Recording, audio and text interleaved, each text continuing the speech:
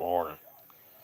Um, I was going to do a live video yesterday and or last night to discuss the flooding potential again, but there was a number of things that held me up to where I couldn't do it. So it was a perfect time for me to do it now. I'm gonna have to briefly do it because we're going to work shortly or very soon. So right now we're not still not under any kind of flash flood watch, but that may change. I mean, what they're what they've been talking about continues to hold true. There could be one issue overnight tonight, or maybe in the morning, very early in the morning. That is a very, very big possibility, and the numbers are still the same from what I heard. Possibly 6 or 7 inches, or maybe possibly close to 8 or 10 inches. That's possible, and that is very worrisome or very concerning because that would cause a lot of flooding, especially along the rivers and the lakes and the creeks and the ponds, you name them all. So if you have not prepared for it, do it now. Be prepared now. And don't wait till we're under a flash flood watch to get prepared. This has been talked about for a week. And if you have not prepared for it, do it now. Get prepared now. And not only is there a potential for flooding, there's also a potential for severe weather this weekend.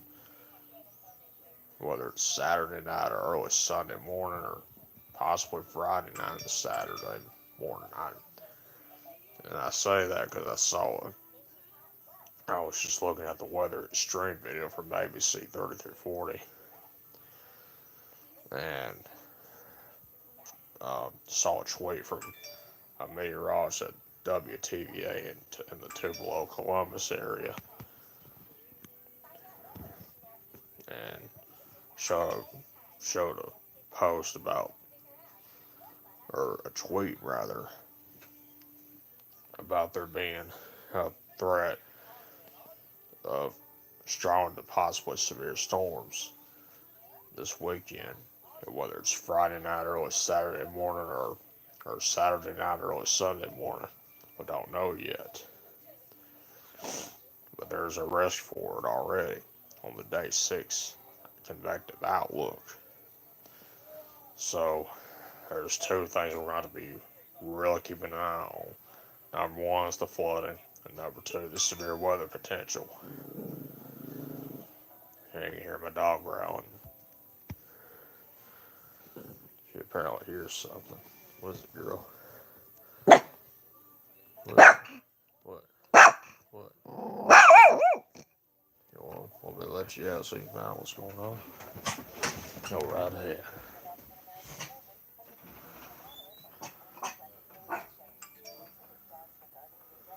Hold on just a minute.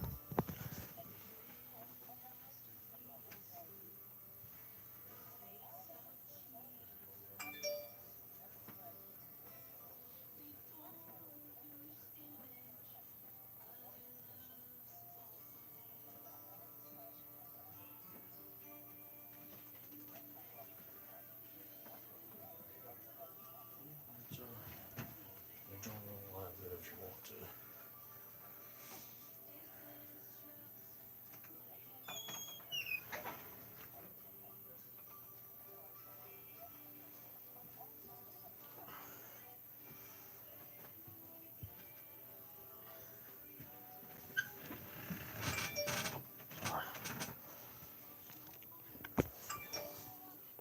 Sorry about that. Time 7:30. We're going. There you are.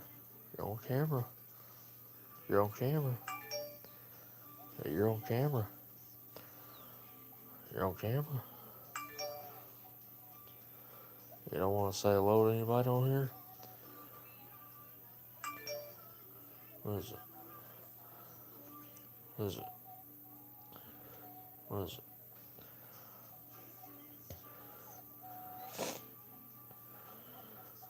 What is it?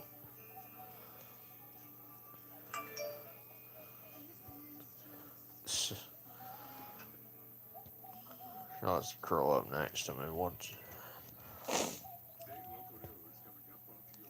You're still on camera? Oh, you're gonna take a nap. Okay. That's how dogs do, don't they? They love taking a nap. Alright, anyway, um, anyway, so now not only is there's flooding potential that we need to be prepared for, but there's also possible severe weather potential that we have to be keeping a very close watch on this weekend. And there's already two marginal risk areas, two areas under a marginal risk for severe weather this week. Parts of central Mississippi and the far western part of Alabama, basically west and south and west of Tuscaloosa. I don't remember the days of them, but it's it's a very low risk, but that does not mean, just because it's a marginal risk doesn't mean severe weather is unlikely. It means there's a chance of it, but it's very low. But something to keep an eye on. But now, um, the the day 6 convective outlook has parts of the south and a risk of severe storm or severe weather rather.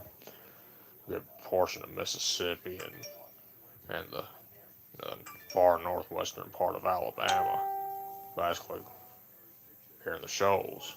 At least for now, that's what they got it in. For now, anyway. But that could change, and we just need to keep an eye on it. But here's some things to keep in mind of. Number one, if we do end up under a flash flood watch, either tonight or early in the morning, remember it only means conditions are favorable for it. A warning means it's happening now or is expected to happen very soon or very shortly.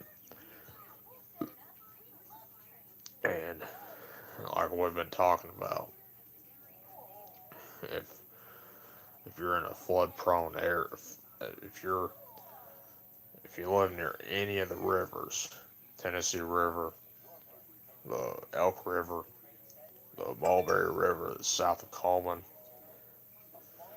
and Paint Rock River at Woodville, and the Flint River at Brownville, and other locations, and other rivers that I may not remember and all that stuff. Oh, and the Big Nance Creek at Cortland and the rest of Lawrence County. Any of those rivers, if you live near any of them, or if you live near a pond or anything like that, the bottom line is if you have not prepared for it, you should have already been prepared for it. If not, today is the day to do it now. I mean, seriously, today would be a very good day to get prepared right now before we have any flooding issues. It's nothing to joke about. It's something very serious. It's a very serious situation. I mean, it's been talked about for a week or so now. If you've been paying attention to the weather, then you should already be prepared for it. If not, today would be a very good day to do it right now. And if you're going to be driving,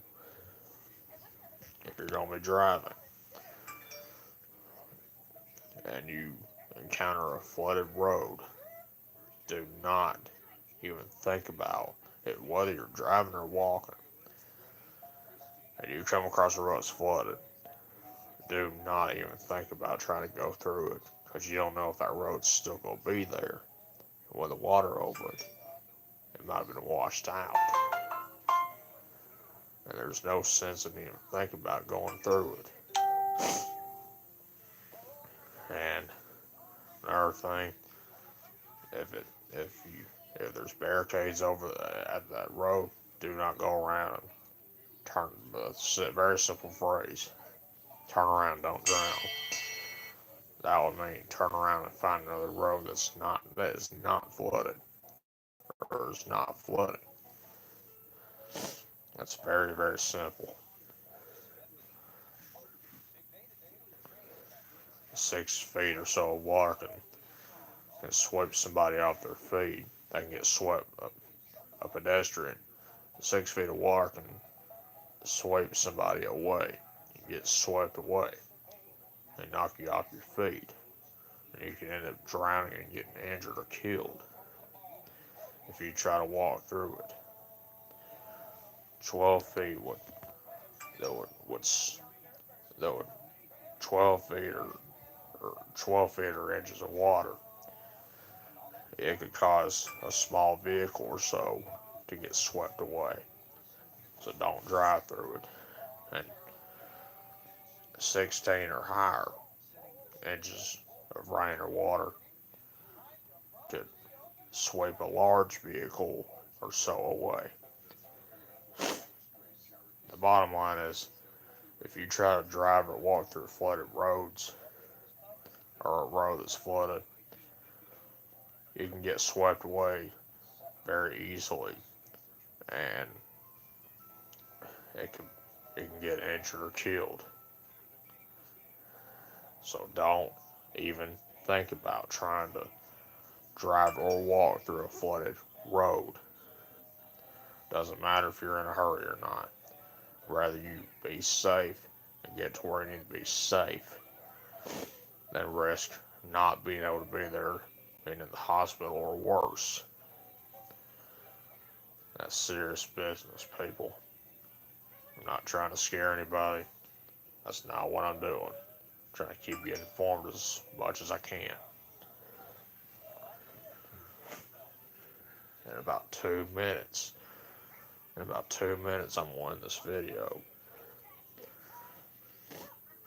As far as the severe weather threat, it's still too early to tell right now. Once I find out more, I'll keep you advised or keep you posted on it. And this is also Severe Weather Awareness Week. I haven't even had a chance to even discuss that because I'm trying to focus on making sure everyone's aware of the flooding potential. It's so frustrating.